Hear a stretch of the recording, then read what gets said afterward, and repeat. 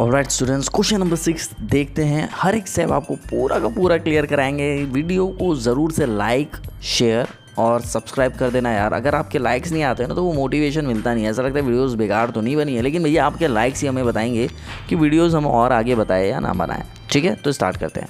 Question number 6 क्या बोल रहा है? Diagonals AC of a parallelogram ABCD, मतलब ABCD नाम दे दो भाई, ABCD।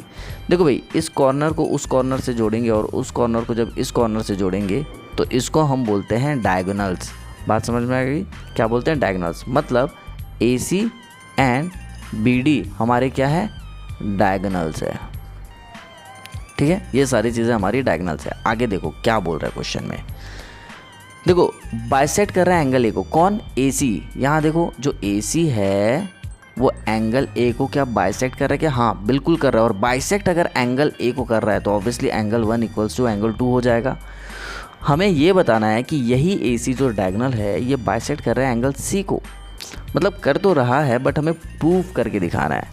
ठीक है, ये वाली जो लाइन है ये तो कुछ खास है नहीं, इसमें सिर्फ हमें बताना है कि हमारे पास पैरेललोग्राम है जिसमें ABCD हमें दिया हुआ है।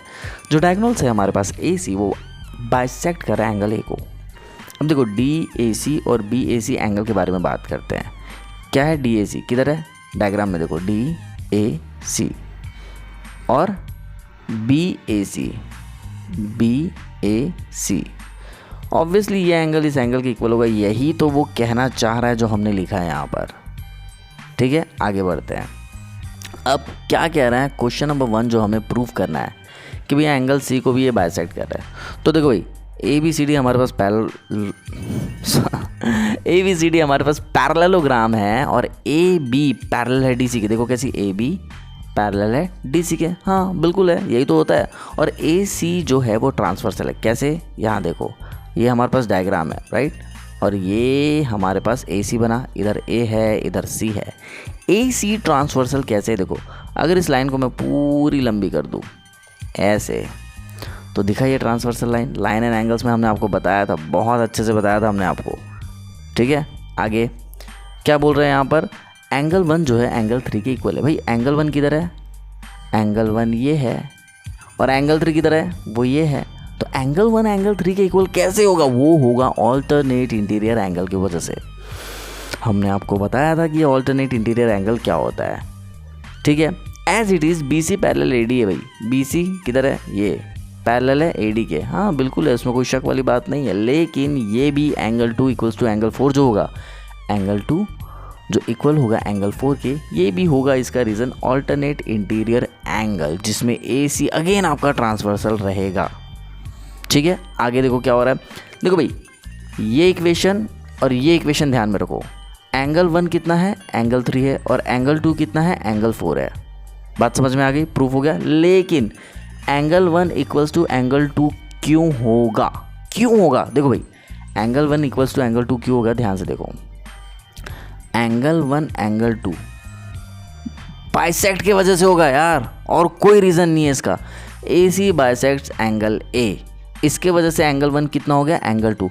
अगर एंगल 1 एंगल 2 के इक्वल है और एंगल 2 भी एंगल 4 के इक्वल है, देखो एंगल 4 की वैल्यू क्या है? एंगल 2। एंगल 1 की वैल्यू क्या है? एंगल 2। मतलब एंगल 1 और एंगल 4 भी आपस में इक्वल हो जाएंगे।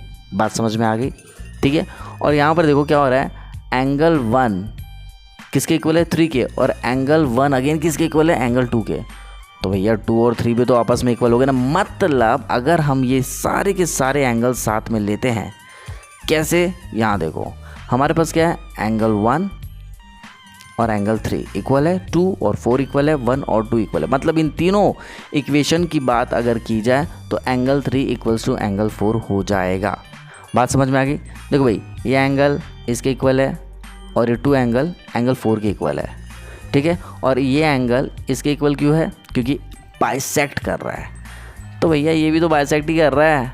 बात समझ में आ गई? कोई डाउट है आपको? आई थिंक आपको डाउट तो नहीं होगा। ठीक है, आगे बढ़ते हैं। इसका जो सेकंड पार्ट है वो भी हमें करना रहेगा, लेकिन एक बारी रिवीजन इसका करा देते हैं। ध्यान से आपको सुनना पड़ेगा भाई। ठीक है, देखो हमें बताना है एंगल 3 इक्वल्स टू एंगल 4 है। क्यों बताना है? क्योंकि क्वेश्चन देखिए, एंगल सी में कौन कौन से एंगल बन रहे हैं? 3 और 4 बन रहे हैं, इसलिए हमें एंगल 3 इक्वल्स टू एंगल 4 ही बताना है।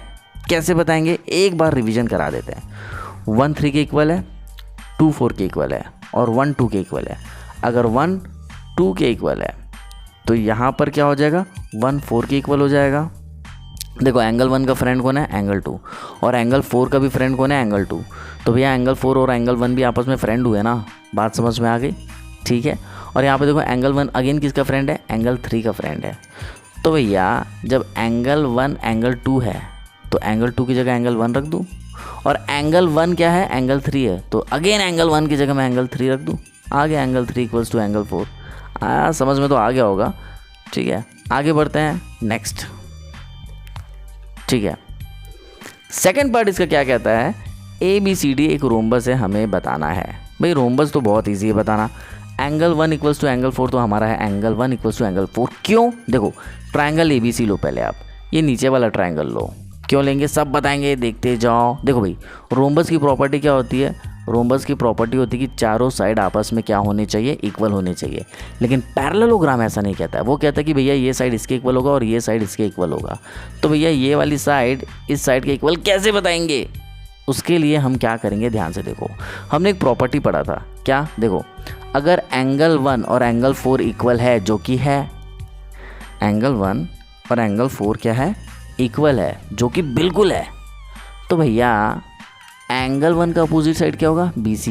पहले यहाँ लिखते हैं एंगल 1 इक्वल्स टू एंगल 4 है, एंगल 1 का अपोजिट साइड क्या है, BC, लिख दो यहाँ पे BC इक्वल्स टू एंगल 4 का अपोजिट साइड क्या है, AB। तो देखो भाई AB इक्वल्स टू आ गया BC। प्रॉपर्टी क्या लिखेंगे, sides opposite to equal angles of a triangle are equal. बात समझ में गई। सिमिलरली हम ऊपर वाला ट्रायंगल भी लेंगे। जब हम ऊपर वाला ट्रायंगल लेंगे तो यहाँ पर हम एक लाइन लिखेंगे, इन ट्रायंगल ACD, या फिर इन ट्रायंगल ADC। बात एक ही है, दोनों का मतलब एक ही होता है भैया। जब ऊपर वाला ट्रायंगल लेंगे तो जो सेकेंड एंगल है, सेकेंड एंगल के अपोजिट साइड क्या है, DC। तो सेकेंड एंगल के अपोजिट यहाँ क्या होगा, DC। और यहाँ क्या बोल रहा है, थर्ड एंगल का अपोजिट साइड क्या है, AD, तो लिखेंगे AD। बात समझ में आ रही है। सारे चीज़ें जो है ना यहाँ पर एक जैसी है, इसलिए लिखा हुआ है यहाँ पर similarly. Sides opposite to equal angles of triangle are equal. ये प्रॉपर्टी अगेन हम लिखेंगे जो कि हमने आपको बताई थी। अब देखो AB इक्वल्स टू DC क्यों होगा, कहाँ है AB, ये है, DC कहाँ है, ये, क्यों होगा ये इक्वल, भैया पैरेललोग्राम बोला है यार। पैरेललोग्राम में क्या होता है, AB पैरेलल DC होता है और AB इक्वल्स टू DC भी होता है, इसलिए हमारे पास जो इक्वेशन 6 आई है वो आपस में इक्वल रहेगा, AB इक्वल्स टू DC। क्यों, कैसे, क्या, सब आपको हमने बता दिया है। अब देखो 4 5 और 6 ये तीनों इक्वेशन को जब हम साथ में लिखते हैं तो यह सब चीज़ें आपस में इक्वल हो जाती है। AB की वैल्यू क्या है, DC, यहाँ AB की वैल्यू क्या है, BC, तो DC और BC भी आपस में इक्वल हो गए, ठीक है। यहाँ क्या बोल रहा है, AD, भैया जब DC AB के इक्वल है और DC AD के इक्वल है तो AD और AB भी तो आपस में इक्वल हो जाएंगे ना। बहुत ज़्यादा इजी है। देखो भैया अगर नहीं समझ में आ रहा है, आपको ज़्यादा टफ लग रहा है, क्या प्रूफ करना है, रोम्बस की प्रॉपर्टी क्या होती है, AB equal BC equal CD equal DA। सारे साइड्स आपस में इक्वल होते हैं, ये लाइन लिख देना और आ गया आपका आंसर। आई होप आपको समझ में आ गया होगा। अगर आपको समझ में नहीं आया तो प्लीज़ कमेंट सेक्शन में कमेंट करके बताइए, ऑलराइट। और यार शेयर लाइक करना भूलना नहीं है, वरना मोटिवेशन नहीं मिलता है कि हमें और भी वीडियोस बनाने चाहिए। ऑलराइट देन, मिलते हैं अगले वीडियो में, बाय।